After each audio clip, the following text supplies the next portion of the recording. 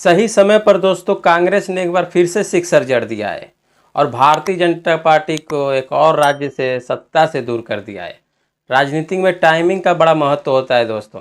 राजनीति में अक्सर चैलेंज चली जाती हैं, राजनीति में दाव खेले जाते हैं। वो दाव और वो चाल सही टाइमिंग पर चली जाए, सही टाइमिंग पर खेली जाए तो बिल्कुल हिट हो जाता है।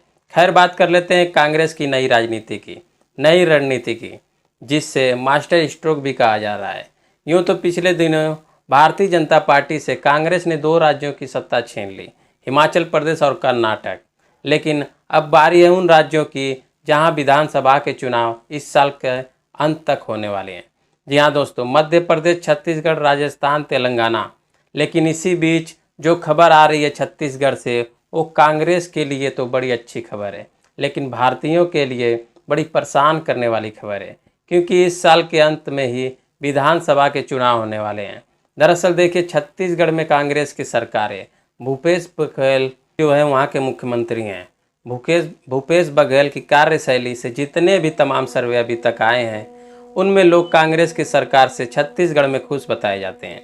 छत्तीसगढ़ में सरकार की वापसी, कांग्रेस सरकार की वापसी को लेकर कांग्रेस भी निश्चिंत है और हम कह सकते हैं कि विरोधी भी निश्चिंत हैं। लेकिन एक बात जो वहाँ कांग्रेस की उम्मीद पर पानी फिर रही थी, कांग्रेस के आशाओं पर, कांग्रेस के अरमानों पर पानी फिर रहा था, वो थी कांग्रेस के अंदर की गुटबाजी।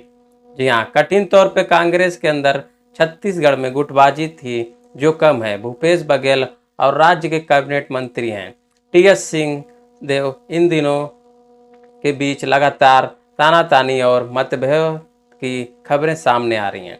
हालांकि राजनीतिक तौर पर बघेल और टीएस सिंहदेव भी इस तरीके से परिपक्व नेता हैं कि कभी भी उन्होंने अपने मामलों को पब्लिक के बीच नहीं आने दिया।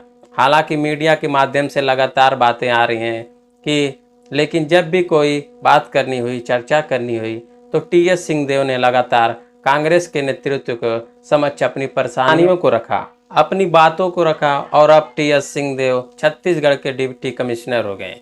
जी हाँ, मुख्यमंत्री बन गए हैं और कांग्रेस ने एक तरीके से मास्टर स्ट्रोक लगा दिया है, वक्त रहते डैमेज कंट्रोल कर लिया है और भूपेश बघेल और टीएस सिंहदेव ने अब मिलकर साथ में काम करने की बात कही है। कांग्रेस को तो 2/3 यानी कि प्रचंड बहुमत से छत्तीसगढ़ की सत्ता में वापसी का संकल्प दोहराया है। ऐसे में कांग्रेस ने जो यह काम उठाया, वह कांग्रेस के लिए तो अच्छी खबर है, लेकिन भारतीय जनता पार्टी को यह खबर परेशान करने वाली है। एक दौर था जब छत्तीसगढ़ में भारतीय जनता पार्टी का सबसे मजबूत राज्य माना जाता था, बहुत मजबूत स्टेट माना जाता था। 15 सालों तक लगातार रमन सिंह इस राज्य के मुख्यमंत्री रहे और भारतीय जनता पार्टी का छत्तीसगढ़ पर कब्जा रहा।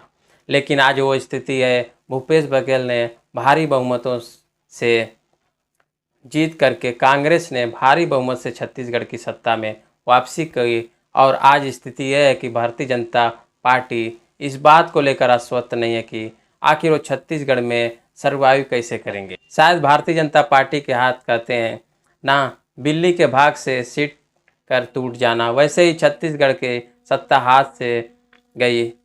लेकिन छत्तीसगढ़ की सत्ता में वापसी को लेकर कांग्रेस बहुत काम कर रही थी, लगातार बैठकें चल रही थी और कांग्रेस के राष्ट्रीय अध्यक्ष मल्लिकार्जुन खड़गे की आवाज़ पर बैठक होती है। छत्तीसगढ़ तमाम बड़े नेताओं के साथ और डैमेज कंट्रोल कर लिया जाता है। वक्त से पहले सही समय पर कांग्रेस ने शिक्षा दिया है छत्तीसगढ़ को लेकर और उम्मीद जताई जा रही है कि एक और राज्य से भारतीय जनता पार्टी सत्ता से दूर हो सकती है। छत्तीसगढ़ में किसकी सरकार बनेगी दोस्तों, आप कमेंट बॉक्स में ज़रूर बताइएगा।